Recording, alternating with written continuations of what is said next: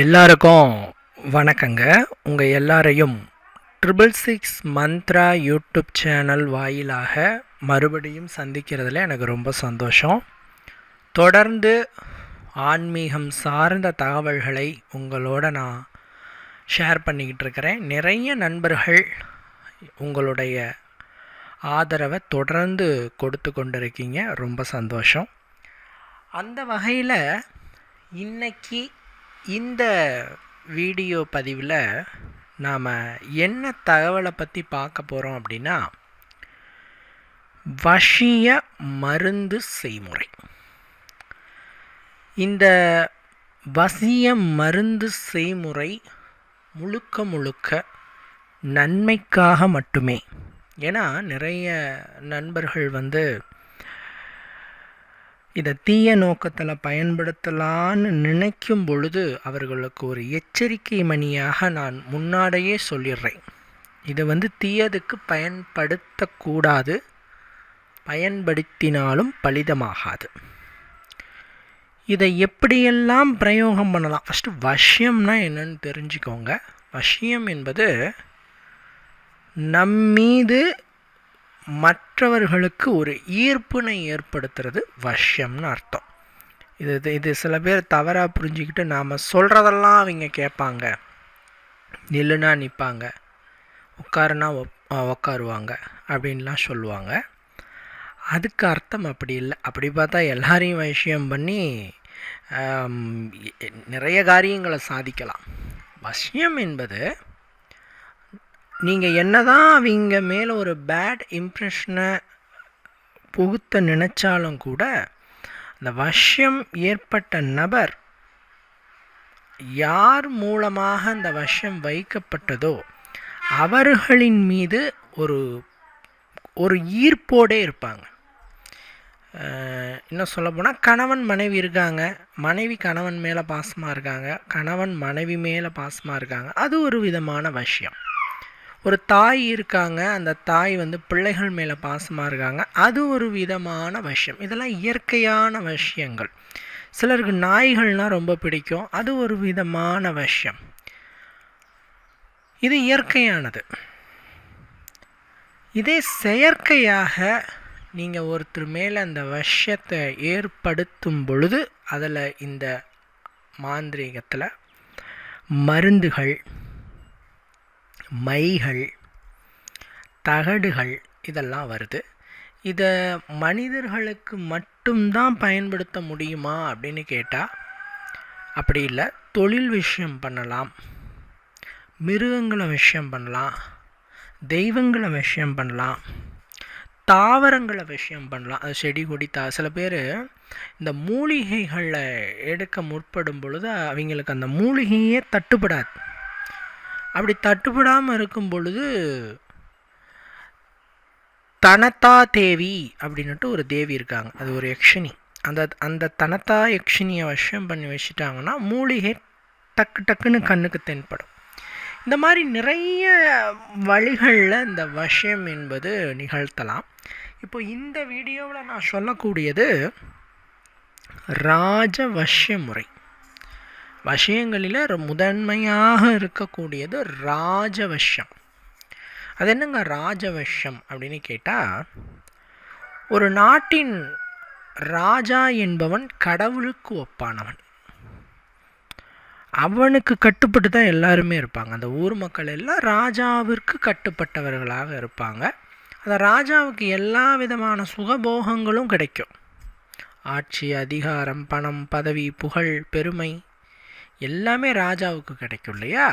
So இதை போலவே உங்களுடைய வாழ்வும் அமைய இந்த ராஜவசியம் பயன்படும். இன்னும் சொல்லப்போனால் எதிரி தொல்லையிலிருந்து நீங்கள், மற்றவர்கள் உங்கள் பேச்சுக்கு மதிப்பு கொடுக்க, மற்றவர்கள் உங்களுடைய வம்புக்கு வராமல் இருக்க, உங்கள் சொல்படி நடக்க, உங்கள் மீது ஈர்ப்பினை வர வைக்க. அதாவது இந்த சொல்படி நடக்க அப்படிங்கும்போது உங்கள் மேலே ஒரு இனம் புரியாத அன்பு ஏற்படுகிறதுனா உங்கள் பேச்சுக்கு அவங்க எப்படியும் கட்டுப்பட்டு தான் போவாங்க. ஸோ அந்த மாதிரி ஒரு ஈர்ப்பினை ஏற்படுத்துறதுக்கெலாம் இது பயன்படும். ரொம்ப எளிமையாக செய்யக்கூடியது. ஏன்னா வஷ்யங்கள் அப்படின்னு சொல்கிறச்ச அதுக்கு சில மூலிகைகளை எடுக்கணும், அதுக்கு சாப நிவர்த்தி இருக்குது. அப்புறம் பிறகு அதை பஸ்மமாக்கி அதே மாதிரி அது மையாக தயாரித்து மந்திர உருக்களை ஏற்றி இந்த மாதிரி நிறைய லாங் ப்ராசஸ் இருக்குது.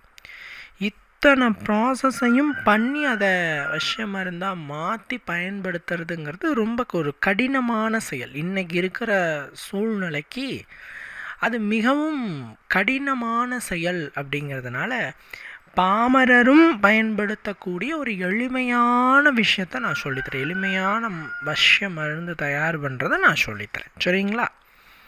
இதுக்கு என்னங்க உங்களுக்கு தேவை அப்படின்னா பசுஞ்சாணம் தேவை. பசு மாட்டினுடைய சாணம். இந்த பசுஞ்சாணத்தை எடுத்துட்டு நல்ல தப்பையாக்கிட்டு, இது பேர் வரட்டின்னு சொல்லுவாங்க. நீங்கள் உங்கள் வீட்டுகிட்ட சுவர் மாதிரி இருந்தால் அதில் அடித்து வச்சிட்டிங்கன்னா அது தப்பையாக இருக்கும். இல்லைன்னா நீங்கள் சாதாரணமாக அந்த சப்பாத்தி மாதிரி நீங்கள் நல்லா தப்பிட்டு ஒரு வெள்ளை துணியில் வச்சுட்டு நல்லா, இப்போலாம் வெய்ய காலம் தானே, வச்சிங்கன்னா ஒரு 4-5 நாளில் வரன்னு காஞ்சிடும். நல்லா காயணும். இது எந்த அளவுக்கு காயுதோ அந்த அளவுக்கு தான் நீங்கள் பஸ்பமாக்கும்போது நல்லா பஸ்பமாகும். இப்படி நல்லா காய வச்சுட்டு அதன் பிறகு அந்த வரட்டியை எடுத்துட்டு உடச்சிட்டு அதை தூள் பண்ணிவிட்டு கற்பூரம் ஒரு 4-5 கற்பூரத்தை வச்சுட்டு எரிவூட்டணும். இப்படி எரிவூட்டும் பொழுது அந்த வரட்டி எரியும். உங்களுக்கு எரியறது குறைஞ்சதுன்னா இன்னும் 2-3 கற்பூரத்தை போட்டு எரிக்கலாம். கற்பூரம் தான் போட்டு வரட்டியை பஸ்பமாக்கணும். இது நல்லா பஸ்பமான வேட்டி கருப்பு கலராக இருக்கும். சாம்பல்னு சொல்லுவோம் இல்லையா, சாம்பல் மாதிரி இருக்கும். இதில் சில பேருக்கு ஒரு சந்தேகம் வரும், வெள்ளையால் இருக்கணும், எஸ் கருப்பாகுது அப்படின்னு கேட்டால் அது விபூதி. அதாவது அந்த சாம்பலை இன்னும் ஹீட்டு பண்ணிங்கன்னா, அந்த சாம்பலாக இருக்குல்ல, கரியாக இருக்குல்ல, அதை இன்னமும் சூடு பண்ணிங்கன்னா அது நீர்த்து போய் வெள்ளை நிறத்தில் தோற்றம் அளிக்கிறது பேர் விபூதின்னுட்டு பேர். அது ரொம்ப ஒரு அடுத்த கட்ட ப்ராசஸ்ஸு. இது கருப்பாக இருந்தாலே போதும், எரிந்தால் இப்போ சாம்பல் கிடச்சா போதும். இப்படி நீங்கள் அந்த பசுஞ்சாணத்தை சாம்பல் ஆக்கிட்டு நீங்கள் அதை எடுத்துகிட்டு வந்துட்டு ஒரு தட்டில், ஒரு தாம்பழ தட்டில் பரப்பிக்கணும். அதாவது இல்லைன்னா நீங்கள் முன்னாடியே செஞ்சு ஒரு வெள்ளை துணியில் போட்டு முடி போட்டு வச்சுருங்க. ஒரு வளர்பிறை வெள்ளிக்கிழமை நாள் அன்னைக்கு நீங்கள் பூஜையை தொடங்கலாம். நீங்கள் வளர்பிறை வெள்ளிக்கிழமை நாள் அன்னைக்கே இதை சுட்டெடுத்து பூஜையை தொடங்கினாலும் சரியே, இல்லை முன்னாடி டைம் இருக்கும்போது நீங்கள் சுட்டெடுத்து வளர்பிறை வெள்ளிக்கிழமை நீங்கள் ஆரம்பித்தாலும் சரியே. சரிங்களா? வளர்பிறை வெள்ளிக்கிழமை தான் ஆரம்பிக்கணும். ஏன்னா இந்த வளர்பிறை வெள்ளிக்கிழமையில் இதை செய்கிறச்ச ராஜ விஷயம் சித்திக்கும். ஒவ்வொரு விஷயங்களுக்கும் ஒவ்வொரு நாள் இருக்குது, திசை இருக்குது, நேரம் இருக்குது, இத்தனை இருக்குது. சும்மா நம்ம செஞ்சிட முடியாது. அதனால் வளர்பிறை வெள்ளிக்கிழமை நாளில் நீங்கள் ஒரு தட்டில் இந்த சாம்பலை போட்டுட்டு பரப்பிட்டு சென்ட்ரலாக ஓம் என்று எழுத வேண்டும். நீங்கள் உங்களோட ஆள்காட்டி வலது கையில் மோதிர விரலால் எழுத வேண்டும். எழுதிட்டு அதாவது சாதாரணமாக ஓம்னு அந்த சாம்பலில் நீங்கள் எழுதுனா போதும். எழுதிட்டு நீங்கள் கிழக்கு பார்த்தவாறு உட்காந்திக்கணும். ஏங்க கிழக்கு பார்த்தவாறு உட்காடுறோம், வேறு திசைகளில் உட்காரக்கூடாதுன்னா, கிழக்கு என்பது வசியத்திற்கு உரிய திசை என்று சொல்லுகிறோம். இந்த கிழக்கு திசையை நோக்கி நீங்கள் அமர்ந்து கொண்டு உங்களோட கண்களை மூடிட்டு நான் இப்போ சொல்கிற இந்த மந்திரத்தை சிரத்தையோட நீங்கள் சொல்லணும். 1008 முறை சொல்லணும். என்ன மந்திரம்னா, வசி வசி சகலமும் வசி சர்வமும் வசி. இதுதான் மந்திரம். இன்னொரு முறை கூட சொல்கிறேன். வசி வசி சகலமும் வசி சர்வமும் வசி அப்படிங்கிற இந்த மந்திரத்தை நீங்கள் 1008 முறை சொல்ல வேண்டும். சிரத்தையோடு சொல்லுங்கள். இதை சொல்லும்போதே உங்களுக்கு ஒரு நல்ல வைப் கிடைக்கிறதும் ஒரு வசீகர ஆற்றல் கிடைக்கிறதையும் பார்க்க முடியும். இப்படி சொல்கிறது மூலமாக உருவேற்றப்படும். இப்போ நீங்கள் சொல்கிற அந்த மந்திர உருக்களை எல்லாம் அந்த விபூதி ஈர்த்துக்கும். இட்ஸ் அப்சர்வ் அப்படின்னு சொல்கிறது. இப்படி ஈர்த்து வெட்டி இந்த விபூதியை வந்து இந்த சாம்பல் இல்லைங்களா, இதை நீங்கள் தனியாக எடுத்துகிட்டு ஒரு ஷிமிழ்லையோ, அதாவது தாமிர சிமிழில் ஸ்டோரேஜ் பண்ணணும்னு சொல்லுவாங்க. எப்பயுமே வசிய மருந்து, மை, விபூதி, குங்குமம் இது எல்லாமே தாமிரம் அல்லது வெள்ளி சிமிழ்களில் ஸ்டோரேஜ் பண்ணணும்பாங்க. பிளாஸ்டிக் இந்த மாதிரி ஆன பொருட்களில் சேகரிக்கக்கூடாது. ஏன்னா அதனுடைய சக்திகள் வந்து வெளியே போயிடும். சக்திகள் அந்த உருக்களை, அந்த மந்திர உருக்களை அப்படியே அப்சர்வ் பண்ணி வச்சுக்கிறக்கூடிய ஒரு உலோகம்னா வெள்ளியும் தாமிரம் தான். ஸோ நீங்கள் அதில் முடிஞ்ச அளவுக்கு சேரித்து வச்சுக்கோங்க. வச்சுட்டு இது பார்த்திங்கன்னா இப்போ வசிய மருந்தாயிடுச்சு. ஏன்னா அது வெள்ளையாகிடுந்தால் வசிய விபூதின்னு சொல்லலாம். இது சாம்பல் மாதிரி தானே இருக்குது. ஸோ இதுதான் வசிய மருந்து. இதை வந்து பல வகைகளில் பயன்படுத்தலாம். நபர்களை வசியம் பண்ணுறதுக்கு கொஞ்சமாக எடுத்து தேன்லையோ அல்லது நெய்லையோ கலந்து அதற்கான மந்திரம் இருக்குது. அதாவது அந்த குறிப்பிட்ட மனிதரை வசியம் பண்ணுறதுக்கு சில மந்திரங்கள் இருக்குது. அந்த மந்திரத்தை சொல்லி இதை வந்து சின்ன உருண்டையாக்கி அவங்களுக்கு உள்ளுக்கு கொடுத்துட்டோம்னா அவங்க நம்ம விருப்பப்படி நடப்பாங்க. அது இன்னும் சொல்ல போனால் நம்மளை எதிர்க்க மாட்டாங்க. நம்ம மேலே ஒரு ஈர்ப்போடு இருப்பாங்க, பிரியத்தோடு இருப்பாங்க. சார் எங்களுக்கு அதையும் கொஞ்சம் சொல்லிக் கொடுங்க அப்படின்னு கேட்டால் நம்ம அதை சொல்ல மாட்டோம். ஏன்னா அது கொஞ்சம் சீக்ரெட்டு, ரகசியமானது. அதை நான் இனி வரும் பதிவுகளில் சொல்லுவேன். இப்போதைக்கு இந்த சாம்பிளை வச்சுட்டு எப்படிலாம் நம்மளுடைய லைஃப்பில் முன்னேறலாங்கிறத நான் சொல்கிறேன். சரிங்களா? இந்த வசிய சாம்பிளை வந்து தினமும் காலையில் ஆண்கள் பெண்கள் நெற்றியில் இட்டுக்கலாம். இது இடுறதுனால ராஜ விஷயம் சித்திக்கும். இது இடுறதுக்கு முன்னாடி கிழக்கு பார்த்தவாறு நீங்கள் நின்று முன் சொன்ன மந்திரம் வசி வசி சகலமும் வசி சர்வமும் வசி, இந்த மந்திரத்தை ஒரு 21 முறை சொல்லி ஒவ்வொரு முறையும் நெற்றியில் இட வேண்டும். 2 புருவ மத்தியில் இட வேண்டும். ஒவ்வொரு முறையும் நீங்கள் இடும்பொழுது சொல்லி இடுங்கள். சரிங்களா?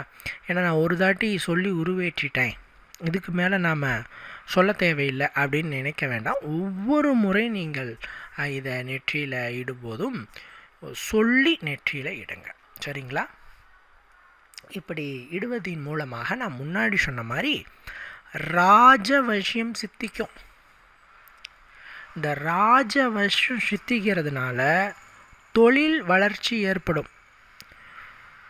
செல்வம் மலையளவு வந்து குவியும்.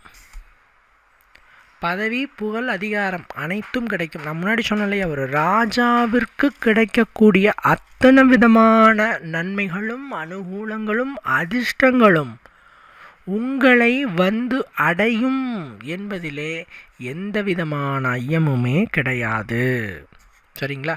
இது நீங்கள் எப்பயுமே யூஸ் பண்ணிக்கலாம். சின்ன பிள்ளைய கூட வச்சுக்கலாம். அற்புதமாக வேலை செய்யும். முடிஞ்சதுன்னா கொஞ்சமாக எடுத்துட்டு பசு நெய்யில் லைட்டாக கலந்துட்டு இதை கூட நான் நெத்தியில் வச்சுக்கிறேன். நெய்யோடு கலக்கும்போது தன ஆக்ருஷ்ணம் ஏற்படும், மகாலட்சுமி கடாட்சம் ஏற்படும். அப்படியே நீங்கள் வச்சுக்கலாம். இல்லைனா இதோட ஜவ்வாதை கொஞ்சம் மிக்ஸ் பண்ணிவிட்டு அதை நீங்கள் நெற்றியில் வச்சுக்கலாம். அதுவும் நல்ல மகாலட்சுமி விஷயத்தை ஏற்படுத்தி கொடுக்கும். இந்த மாதிரி பல வகைகளில் இதை ராஜ விஷயத்துக்கு யூஸ் பண்ணலாம். சரிங்களா?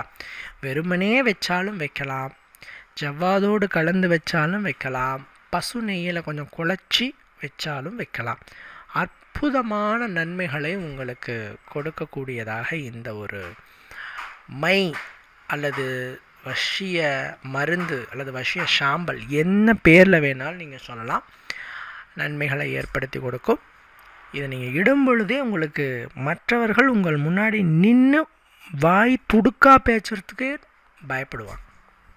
உங்கள் முன்னாடி நின்று உங்களுக்கு சாதகமாக தான் பேசுவாங்க, உங்களுக்கு பிரியமாக தான் நடந்துக்குவாங்க. அதுவே ஒரு பெரிய ப்ளஸ் இல்லையா? அதுவே ஒரு விதத்தில் ஒரு விதமான விஷயம் தானே. ஸோ இந்த ஒரு அற்புதமான விஷயத்தை அனைவரும் செய்து பார்த்து பலனடைந்து பயன்பெற வேண்டும் என்று கேட்டுக்கொள்கிறேன். தொடர்ந்து நம்ம சேனலை நீங்கள் பார்த்து உங்களுடைய சப்போர்ட்டை கொடுங்க. நன்றி, வணக்கம்.